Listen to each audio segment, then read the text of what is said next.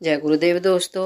आज पंडित गंगाराम की कहानी का लास्ट पार्ट लेकर आई हूँ। आई होप आपको पसंद आएगा। कहते हैं, जब पंडित गंगाराम गंगा स्नान के लिए जा रहा था तो उस समय गुरु रविदास जी ने उन्हें एक दमड़ी गंगा जी को भेंट करने के लिए दी और कहा कि दमड़ी ऐसे भी पानी में नहीं फेंकना, अगर गंगा माई हाथ निकाल कर ले तो देना, नहीं तो वापस ले आना। गंगाराम ने गंगा घाट पर खड़े होकर गंगा माई से कहा कि हे गंगा माई, भक्त रविदास जी ने यह दमड़ी आपको देने के लिए कहा और बोला, अगर गंगा माई हाथ पसार कर दमड़ी ले तो देना, नहीं तो वापस ले आना। यह सुनकर गंगा जी से एक हाथ बाहर निकला और भगत जी की दमड़ी ले ली और ठहरने के लिए कहा। पंडित घाट पर खड़ा रहा।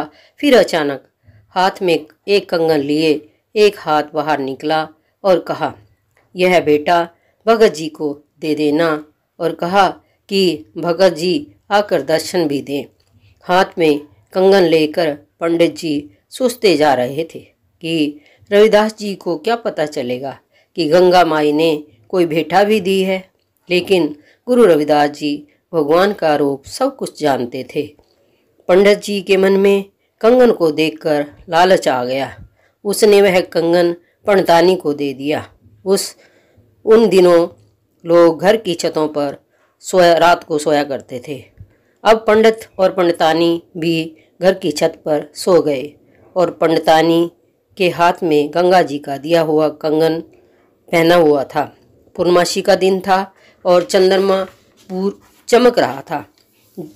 जब चांद की रोशनी कंगन पर पड़ रही थी तो उसकी चमक बहुत दूर दूर तक जा रही थी, जिसको राजा की रानी ने देखा और कहा, महाराज, यह इतनी रोशनी कहाँ से आ रही है, पता लगाओ। राजा ने अपने सेवादारों को भेजा और कहा, देखो यह रोशनी कहाँ से आ रही है, उन्हें साथ लेकर आना। अब सेवादार ढूंढते ढूंढते पंडित जी के घर जा पहुँचे और कहा, आपके घर से ये कैसी रोशनी आ रही है, चलो राजा जी ने आपको बुलाया। पंडित गंगाराम कंगन अपने साथ लेकर गए और जाकर रानी को दे दिया। रानी बहुत खुश हुई और पंडित जी अपने घर चले गए। अब रानी कहने लगी, महाराज, कंगन बहुत सुंदर है, अगर इसके साथ का एक और कंगन मिल जाता तो जोड़ी बन जाती। अब पंडित गंगाराम को फिर से सभा में बुलाया गया और कहा, पंडित, इसके साथ का कंगन ला कर दो ताकि कंगन की जोड़ी बन जाए, नहीं तो तेरे परिवार को कोल्हू में पुड़वा दिया जाएगा। और कुछ समय की मोहलत दे दी। अब पंडित और भी घबरा गया, क्योंकि पूरी बात राजा को पंडित ने नहीं बताई। दिन प्रतिदिन बीतते गए। आखिर वो दिन भी आ गया। फिर से पंडित गंगाराम को सभा में बुलाया गया। तब पंडित गंगाराम ने सारी बात राजा को बताई कि गुरु रविदास जी ने गंगा जी को बेटा के रूप में एक दमड़ी दी थी। गंगा जी ने रविदास जी की बेटा स्वीकार करके ये कंगन रविदास जी को देने के लिए कहा था। मेरे मन में बेईमाना आ गया और कंगन मैंने अपनी पत्नी को दे दिया। इसके बाद पंडित गंगाराम दौड़ा दौड़ा गुरु रविदास जी के पास पहुंचा और सारी बात बताई। गुरु रविदास जी ने पंडित जी से कहा, आप चिंता ना करें। थोड़ी देर बाद ही रविदास जी को राजा का बुलावा आ गया।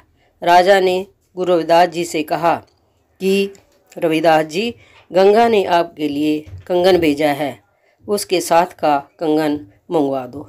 अब गुरु रविदास जी कहने लगे, महाराज, मैं क्या जानूं, और हो सकता है पंडित झूठ बोल रहा हो, कोई निशानी हो तो दिखाओ।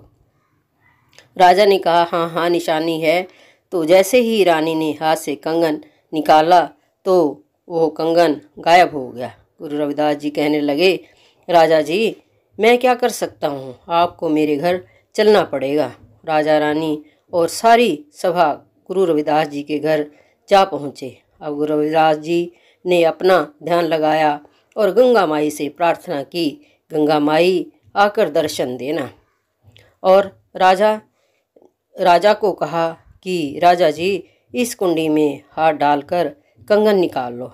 अब राजा कुंडी में क्या देखता है कि वहाँ बहुत सारे हीरे जवाहरात भरे पड़े हैं। तो राजा गुरु रविदास जी के आगे दंडवत प्रणाम करने लगा। राजा और पंडित गुरु रविदास जी के शिष्य बन गए। जय गुरुदेव। अगर वीडियो अच्छी लगे लाइक करिए, शेयर करिए, सब्सक्राइब करिए और कमेंट करिए। धन्यवाद। Thank you so much.